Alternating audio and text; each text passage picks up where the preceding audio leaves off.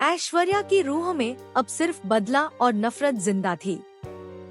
उसका दिल इंसानियत से कोसों दूर जा चुका था और दिमाग में सिर्फ एक ही ख्याल घूम रहा था, रोनी को बर्बाद करना। उसने कसम खा ली थी कि रोनी को वह हर पल मौत का एहसास कराएगी। मन्नत की जिंदगी में जो सुकून और खुशियों की झलक दिखाई दे रही थी, उसे मिट्टी में मिलाना अब ऐश्वर्या का मकसद बन चुका था। अंधेरी रात में बिना किसी को भनक लगे ऐश्वर्या मन्नत के घर की ओर बढ़ रही थी। चारों तरफ सन्नाटा पसरा था, जैसे आने वाले तूफान से पहले की खामोशी। मन्नत और धैर्य घर पर नहीं थे और यही ऐश्वर्या के लिए सबसे बड़ा मौका था। घर के अंदर सिर्फ नीतू थी, जो बीमारी की वजह से बिस्तर से उठने की हालत में भी नहीं थी। उसकी बेप्सी ऐश्वर्या के इरादों को और मजबूत कर रही थी।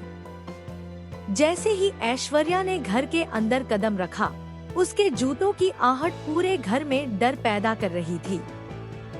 उसके हाथ में छुपा हुआ हथियार उसकी खतरनाक नीयत बयां कर रहा था। उधर रोनी अपने कमरे में था, बिल्कुल बेखबर कि मौत उसके इतने करीब खड़ी है। अचानक ऐश्वर्या उसके सामने आ गई। रोनी उसे देखकर सन्न रह गया। उसे संभलने का मौका भी नहीं मिला और ऐश्वर्या ने उस पर जानलेवा हमला कर दिया। दोनों के बीच भयानक संघर्ष शुरू हो गया। कमरे में सामान बिखर गया, चीखें गूंजने लगी। रोनी ने पूरी ताकत से खुद को बचाने की कोशिश की, लेकिन ऐश्वर्या की आंखों में पागलपन था। वह किसी भी हद तक जाने को तैयार थी। उसने रोनी का गला दबा दिया। रोनी की सांसें उखड़ने लगी। उसकी आंखों के सामने मन्नत का चेहरा घूम गया। नीतू सब कुछ देख और सुन रही थी, लेकिन उसकी मजबूरी उसे जकड़े हुए थी। वह चाहकर भी कुछ नहीं कर पा रही थी। उसकी आंखों से आंसू बह रहे थे और दिल में एक ही सवाल था, क्या आज रोनी को बचाया नहीं जा सकेगा? इसी बीच ऐश्वर्या ने एक और खौफनाक फैसला लिया। उसने तय किया कि अगर रोनी बच भी गया, तो वह मन्नत की जिंदगी को भी नरक बना देगी। तभी अचानक बाहर कार की आवाज आई। मन्नत और धैर्य घर लौट रहे थे।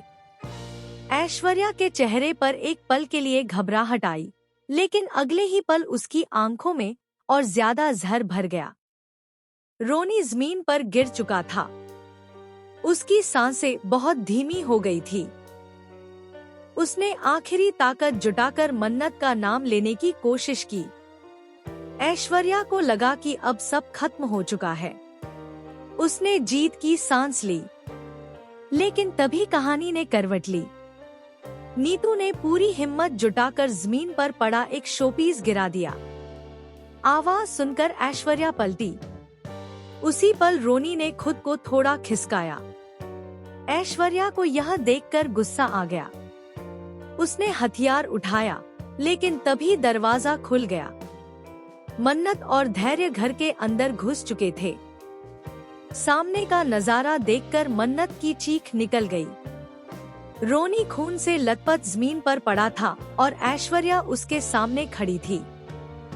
धैर्य ने तुरंत ऐश्वर्या को रोकने की कोशिश की, लेकिन ऐश्वर्या ने मन्नत को धमकी दे डाली, अगर कोई पास आया तो वह सब खत्म कर देगी। इसी पल एक और बड़ा ट्विस्ट सामने आता है। पुलिस की सायरन की आवाज गूंजने लगती है। ऐश्वर्या को झटका लगता है। क्या किसी ने पुलिस को खबर कर दी? क्या नीतू ने आखिरी हिम्मत दिखाकर मदद बुला ली? उधर विक्रांत, जो रोनी का बेटा है, उसे भी इस हमले की खबर मिल चुकी है।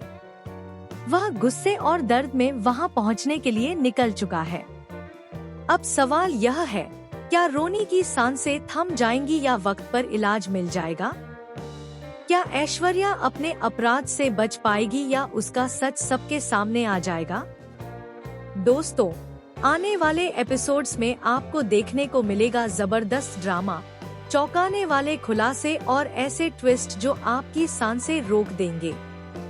मन्नत, रोनी और विक्रांत की जिंदगी अब एक खतरनाक मोड़ पर खड़ी है। आगे क्या होगा, इंसाफ या तबाही? टेलीविजन से जुड़ी तमाम अपडेट्स के लिए हमारे चैनल को सब्सक्राइब करना बिल्कुल न भूलें।